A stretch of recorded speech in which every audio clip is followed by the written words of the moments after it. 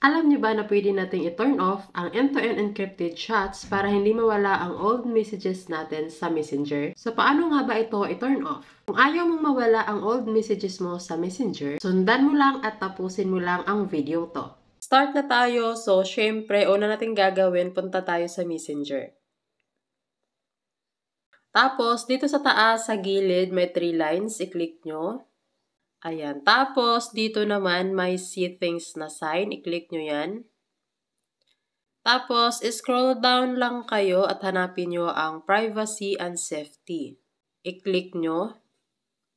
So, dito guys, makikita nyo ang end-to-end encrypted chats. Tapos, i-click nyo. Tapos, makikita nyo dito ang message storage. I-click nyo. So, after nyan, makikita nyo dito ang turn on secure storage. Sa baba naman, may low storage mode. When storage is low, only keep the last 90 days of messages. Kaya yung old messages natin ay nawawala. So, ang gagawin nyo lang dyan, i-turn off nyo lang. Naka-turn off na yung akin kaya hindi na nawawala ang old messages ko. Kapag nag-update or kapag nag-install kasi kayo ng Messenger, automatic kasi yan na naka-turn on. So, kailangan nyo lang siyang i-turn off.